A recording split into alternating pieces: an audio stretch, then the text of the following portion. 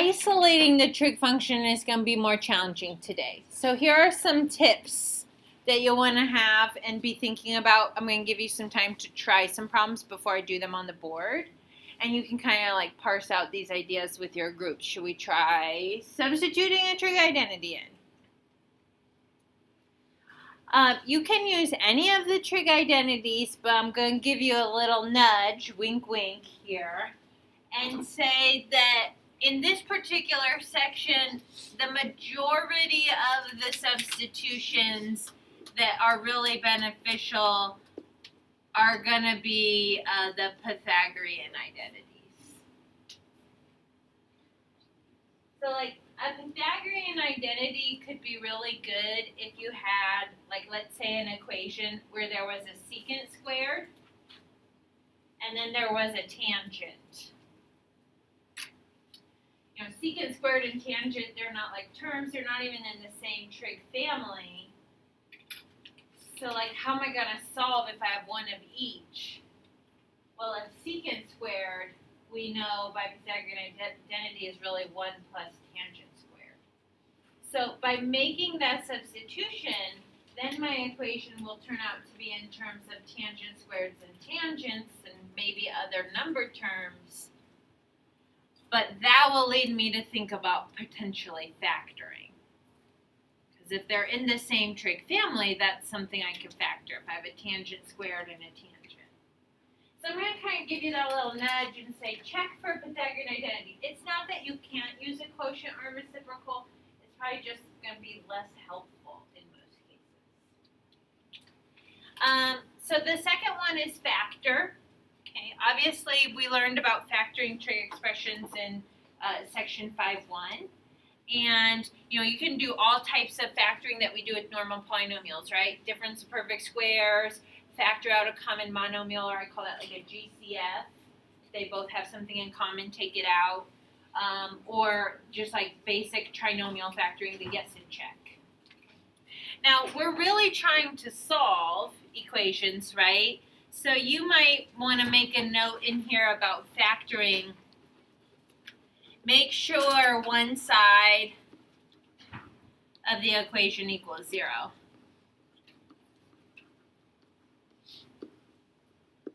First. Like, don't have it equal 2 and then try factoring the left side. It has to be equal to 0 and then you could factor. So subtract that 2 over. So some people kind of get wrapped up in the trig and then they forget that their equation has to be equal to 0 before factoring.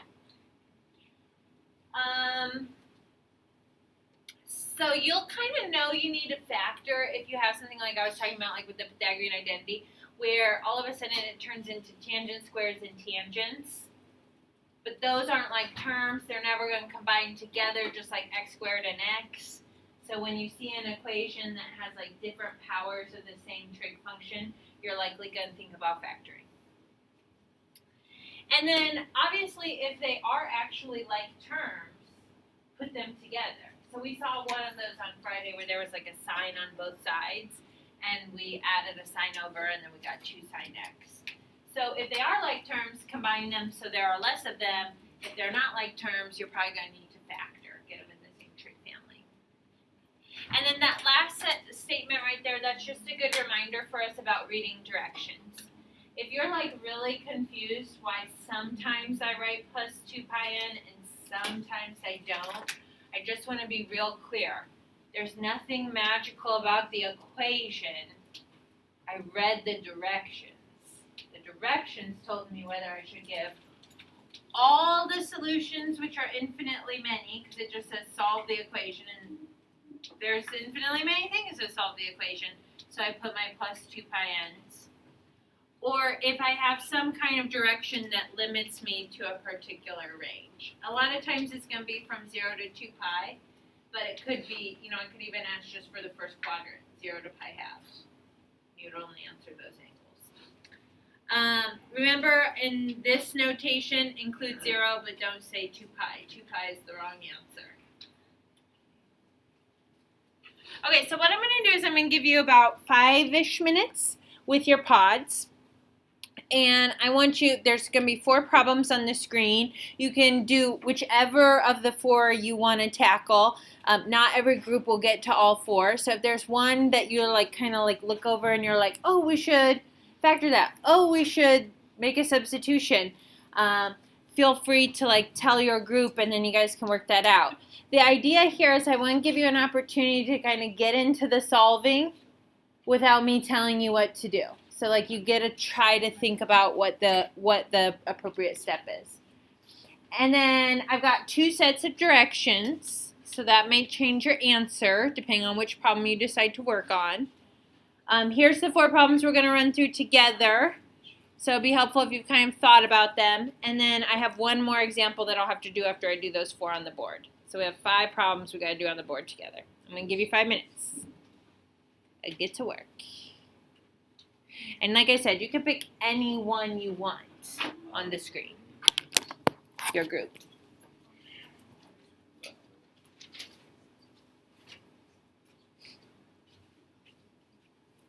And if your group has a question, just flag me down. I'm willing to answer.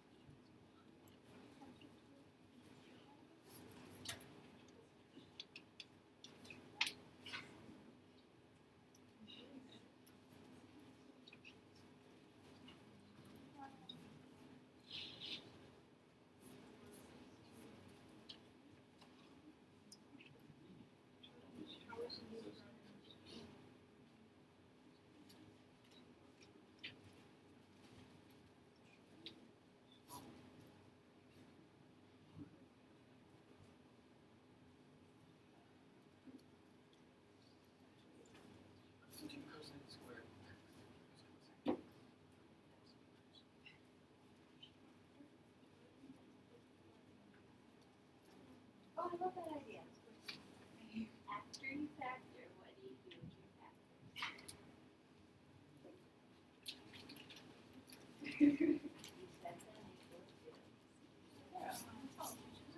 So it's like you took a more complex equation and you made it into these 2 simpler factors that you can solve those equations.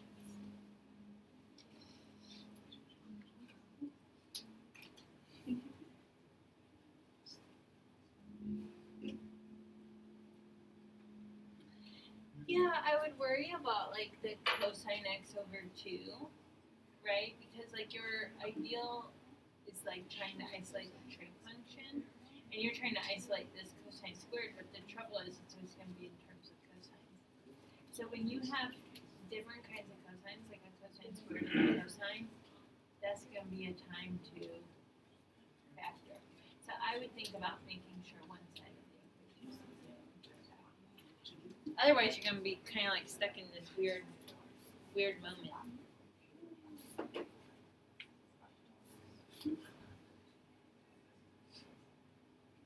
I like Lindsay's idea. So share your idea with the group that you decided to do.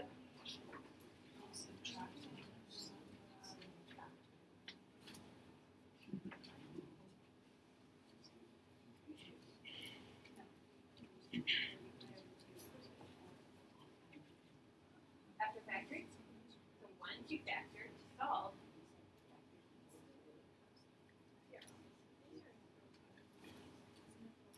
we take cosine x and 2 cosine x minus 1 equals 0. You know, like when you factor x squared plus 4x plus 3 and x squared equals 1. And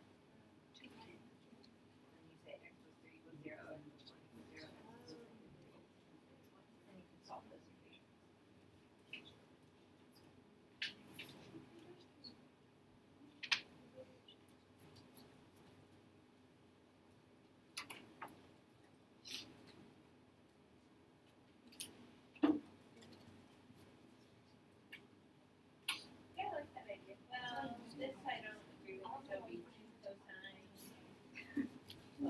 cosine, 3 cosine, and then there'll be a -1. Or no, because there is no 1 or -1 in the back. It's not trinomial. So, like you're always going to get like a -1. The easiest way to factor that is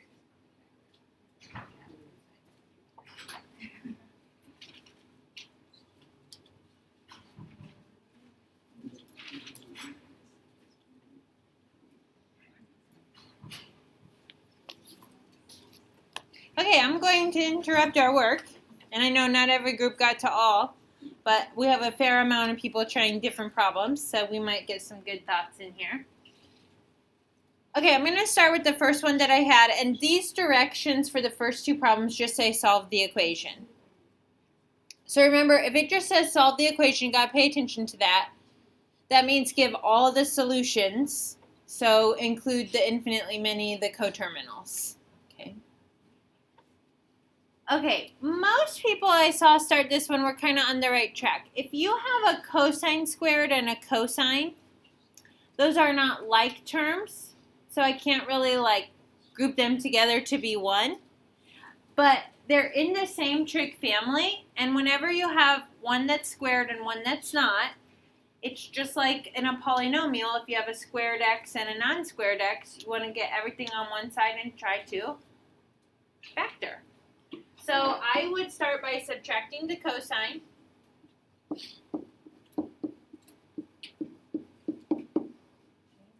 And then I'm going to factor this expression on the left. Now, pay attention to like your factoring options. This has only 2 terms, so I don't really need a binomial times a binomial because it's not a trinomial in the end. When I have only 2 terms, I might look for a greatest common factor. Both of those terms have what in common? A cosine x. So I can factor out a cosine x from both terms. Remember that when you factor out, you are dividing each term by that factor. So 2 cosine squared x divided by cosine x is 2 cosine x. And negative cosine x divided by cosine x is -1. Okay, and there's my factors. Now you could play around with it like a trinomial with 2 binomials, but then one of them's going to have a 0 in it. So you don't really need it. Okay, and then here's the other piece that maybe some groups were missing.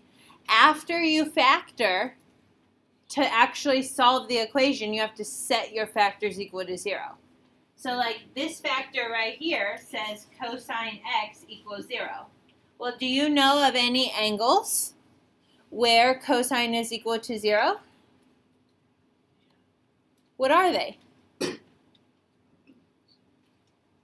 0, I would go right 1, so my cosine would be 1. Pi halves, and also 3 pi halves. Now, this direction said solve the equation. It meant all the solutions, so I want to include the coterminals, so I could do it plus 2 pi n. There is a shortened answer for this because pi halves and 3 pi halves are exactly pi radians away from each other. They're half the circle. So you could potentially shorten that to say pi halves plus pi n.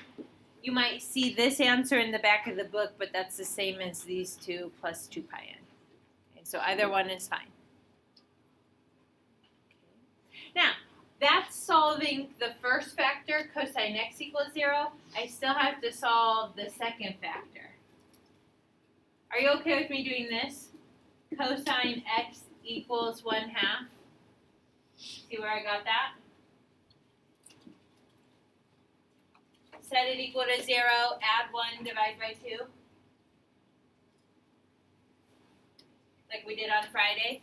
And now we answer this question. Do you know of any angles x where cosine is 1/2? What are they? What's that? Pi over 3. And then, of course, we'll do plus 2 pi n and 5 pi over 3. Plus 2 pi n.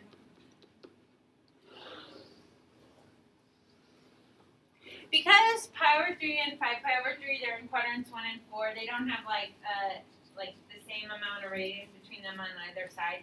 There's no way to like shorten that, so you actually have to write both of them down.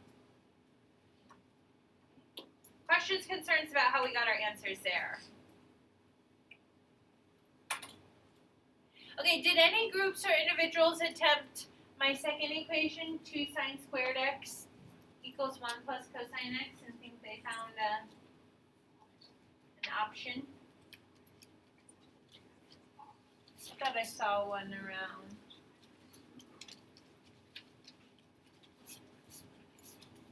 This one I'm a little bit more concerned with in the beginning because look at your equation. You have sine squared on the right and cosine on the left. So like you might be thinking about like I have a squared term and a non-squared term, so I might want to factor, but I'm not going to be able to factor if one of them is sine and one of them is cosine. So this is probably a good opportunity for us to make a substitution. Now, with sine and cosine, you know, I have like reciprocals, but they're going to be reciprocals within their own families. So this is where we probably want to join, or we'll probably want to look at our Pythagorean identities. So remember, the Pythagorean identities are going to be for things that are squared. So we're not necessarily looking at the side that says 1 plus cosine x, that's not Pythagorean. We're looking over at the side with 2 sine squared x. What do you know about sine squared x? It's equal to 1 minus cosine squared.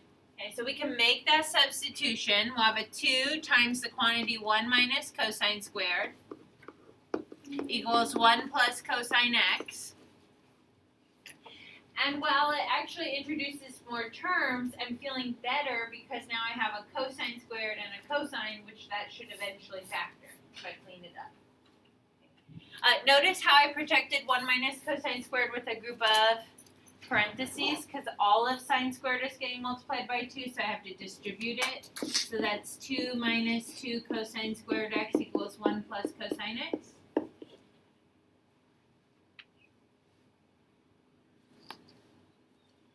And again, when you see those squared and non-squared terms or cubed and fifths or something like that, you're probably going to need to factor at some point. It's kind of a good giveaway. I don't ever like to factor with my squared term being negative. So I will always move to the side where that keeps it positive. So I'm going to subtract 2 and I'm going to add 2 cosine squared if you're okay with that.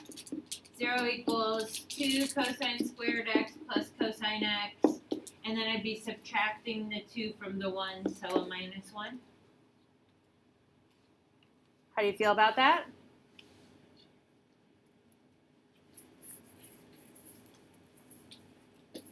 It's just kind of like rearranging my terms. I'm not really doing too much crazy trig work right now. I made that substitution.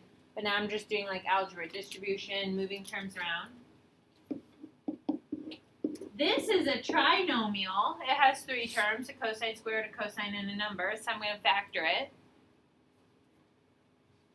Must be 2 cosine x and 1 cosine x to get that 2 cosine squared x.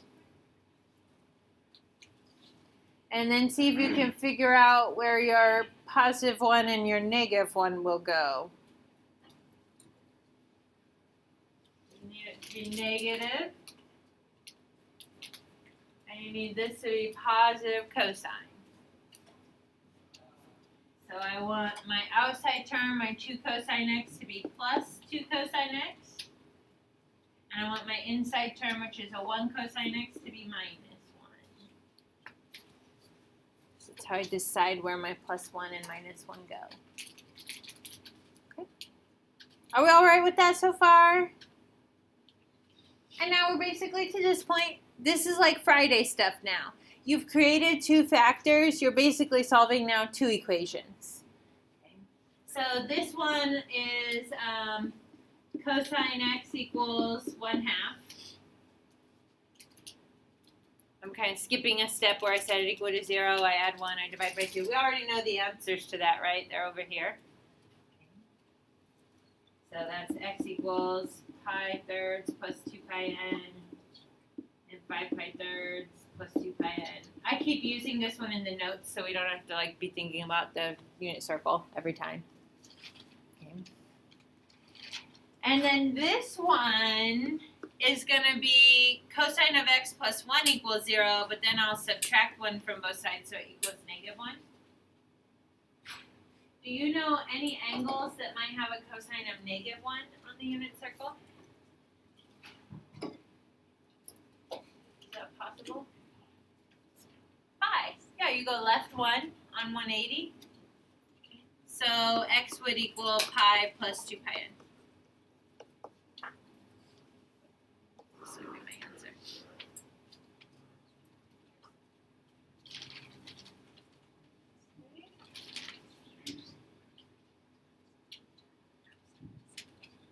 You got any questions for me? Okay, the last two problems that I had up on the screen, I changed the directions for those, so we're just going to be a little bit quicker at the end. We don't have to do plus 2 pi n's anymore, right? Now we don't want all the solutions. We only want the solutions in the interval 0 to 2 pi. What's your question? You don't have one? Why is it what? Oh, for fun. To the third. For fun. Okay, this one, if you and your group attempted this one's probably easier than the one we just did. We weren't ready to factor when we had sine squared and cosine because they're not in the same trig family. So we had to do a Pythagorean identity, do distribution, move things around, and then we could factor. But this one's set up nicely for factoring, isn't it? It's got 3 terms, a cosine squared, a cosine, and a number. So I'm going to set this up for factoring. A trinomial. That's going to be a 2 cosine x and a cosine x. Let's see, to get a 2 in the back, I have to have a 2 and a 1. Because my middle term is negative, they must both be negatives. And then just think very carefully about where your 2 and your 1 must go so that you get -5. Looks like I must get -4 cosine and -1 cosine. Always a good idea to take like 10 seconds and think about your FOIL, right? Does it really come out to be the line above? If it doesn't, change your signs or your numbers. Okay, this one is cosine x equals 1/2.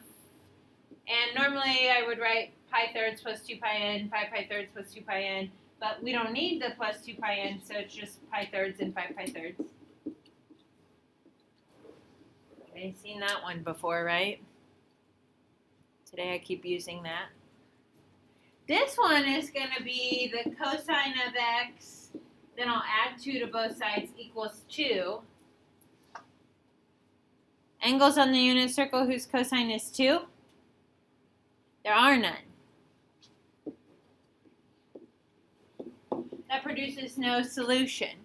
Cosine and sine, opposite over hypotenuse, adjacent over hypotenuse, they are restricted between the values of -1 and 1. That's the min and max of the wave that we were graphing in chapter 4.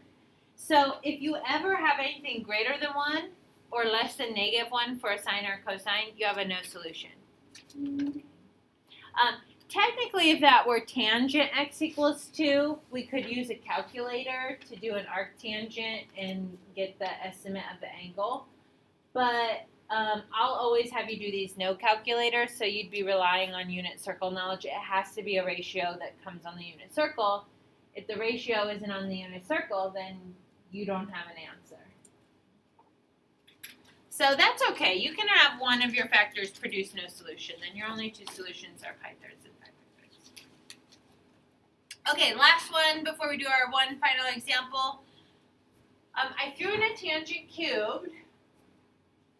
But the point here is, on one side I have a tangent cubed, on the other side I have a tangent, They're in the same family, right? Well, I'd like them to be on the same side so I can try factoring, right? I'm never going to get them to combine, but I'd like to factor. So this will be 3 tangent cubed x minus tangent x equals 0. One side's equal to 0. I got 2 terms over here. They both have tangent x, so I'll take a tangent x out. Remember, when you factor out a tangent x, you're dividing each term by a tangent x. So this one's now 3 tangent squared x, and then this one, negative tangent x divided by tangent x, is a minus 1.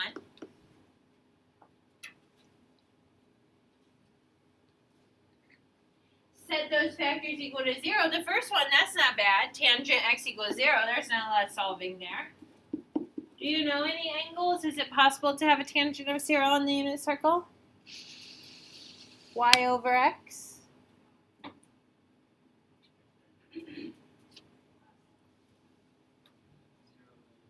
0 and pi, your y value is 0. So 0 divided by 1 or negative 1. Okay, so we're going to say 0 and pi. It is possible to have tangents of 0.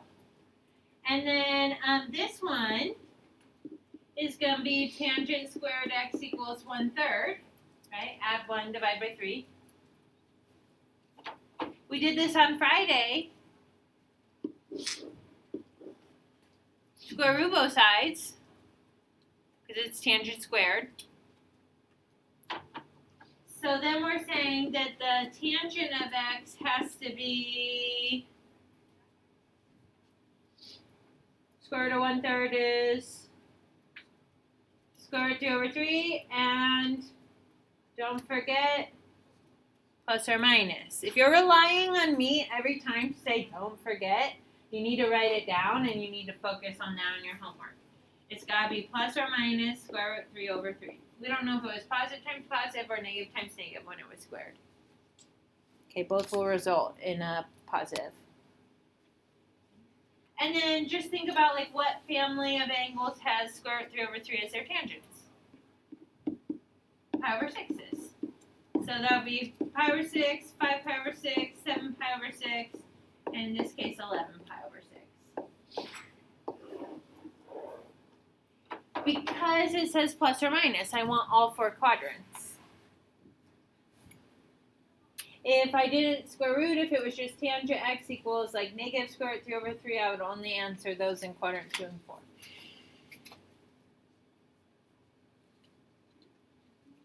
Okay, how are you feeling so far? You got any questions for me?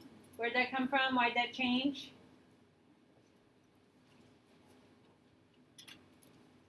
Okay, last example. Look at what's different.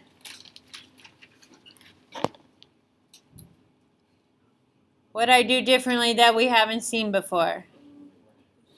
There's that 4 in with the x. Okay, so here's what I want to point out to you. That is really happening to the angle, like I have to multiply the angle by 4. It's as if it's protected by a set of parentheses. So I would isolate the cosine of 4x, so I'll get negative 1/2. And normally right now this would just be an x, and I would say x equals stuff, right? But in this case it's a 4x, so I'll say 4x equals. And then what are cosines or angles that have cosines of negative 1/2? 2 pi thirds and 4 pi thirds. So I'll put 2 pi thirds plus 2 pi n, because this just says solve the equation. And then I'll have 4x equals 4 pi thirds plus 2 pi n. I want all the solutions. Okay. So up until that point, I solved it like normal. But I haven't actually solved for x. I solved for 4x. So how would you now get x all by itself? Divide by 4. Since I see on the other side I have a fraction, what's the same thing as dividing by 4? Multiplying by a 4. So I'm just going to like take both lines of these I'm going to say I'm going to take both of these. I'm going to multiply all of it by 1/4. And that means I multiply the 4x by 1/4, so I get x equals. I multiply 2 pi thirds by 1/4. 2 pi thirds times 1/4 is 2 pi over 12, which is pi over 6.